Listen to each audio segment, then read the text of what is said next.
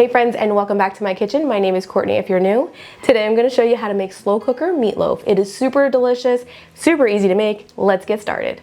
So in the description box below, I have the free printable link as well as all of the ingredients listed so you can easily follow along.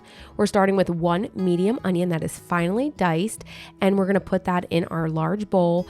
And then I'm gonna go in with 1 cup of panko or plain breadcrumbs. We're gonna go in with 2/3 cups of milk and then 2 large eggs. Then I wouldn't go for a skim here. We're using 2/3 cup of ketchup, then 2 teaspoons of dried parsley. I didn't have fresh on hand, but if you have fresh, use 1/4 cup of fresh chopped parsley, 1 teaspoon of granulated garlic, a 1/2 teaspoon of black pepper, and 1.5 teaspoons of regular table salt.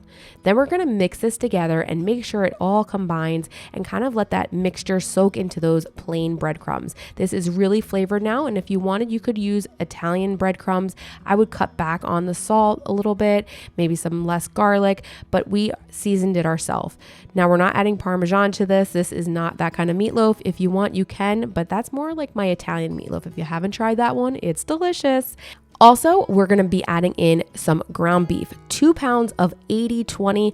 You could go up to 85, but I wouldn't go too lean here. Now we're going to make sure we don't overmix it. I'm literally feeling it. You could see I'm tapping it a little just to see how much is mixed. I don't want to overmix it. So as I'm like mixing it, see how it's staying firm? These gloves are a little bit large, so they were kind of coming off my hands.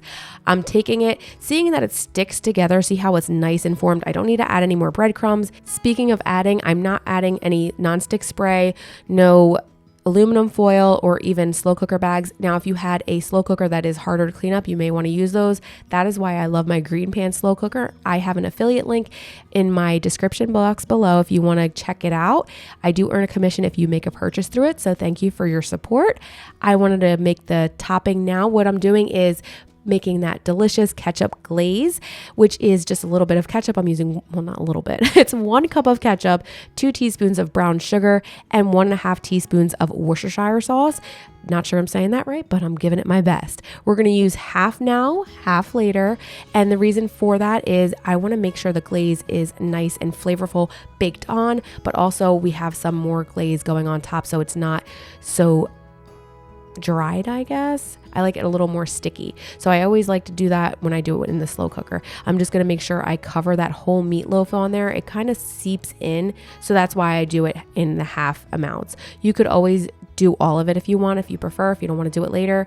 But when you do it separately, just make sure you don't double dip. So I like to put like 3 dollops onto the meatloaf and then go ahead and put it all around it.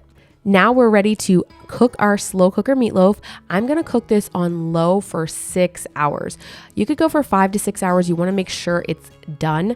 I think this would have been done around 5 hours. I went a little bit over on the temperature, but you wanna make sure it's 160 degrees Fahrenheit. What I like to do is take that remaining sauce, put it over top, and then cook it for another 30 minutes on low. Again, this is optional. You could even take it out of the slow cooker, put it under the broiler so it gets a little bit more caramelized, but I think this is perfect. This is exactly how we like it. Again, just spread it all over top of that meatloaf. Make sure you're getting every little bit, the sides and all of the top. Now, let's say you don't like ketchup. Some people don't like ketchup. My son is one of those people. I don't know. I love ketchup, but I make a delicious meatloaf with brown gravy, and you can always do something like that. Like pour the brown gravy right over top. He loves it. I will be sharing that recipe with you guys soon. I think you guys are going to really enjoy it. So subscribe if you haven't already, because you don't want to miss that one.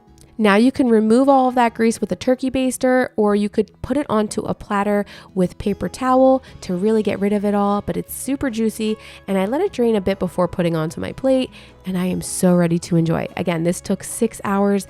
I made it this morning. I could not wait to come home to this delicious meal. This is the ultimate comfort food. I cannot wait to dig in. I have been waiting for this for 6 hours. I put it all together this morning, and then I just had to make the mashed potatoes and the string beans, which I could have done beforehand. My mouth is salivating. I am so excited. Ready? Here we go. I even overcooked it. You saw the temperature. Oh my goodness, it is so moist. That might be a word that people don't like, but it is so tender and juicy. It is delicious. You guys are gonna love this recipe. And I just pair it with some garlic green beans, which are super delicious. My husband doesn't like green beans except for these. Now, I don't measure the green beans. If you guys want that recipe, I will go ahead and measure it one day, but I could just show you easy how to do it. I'm gonna go enjoy the rest of this with my family. I wanna thank you guys so much for watching. I will see you guys soon. God bless you and take care. Bye, friends.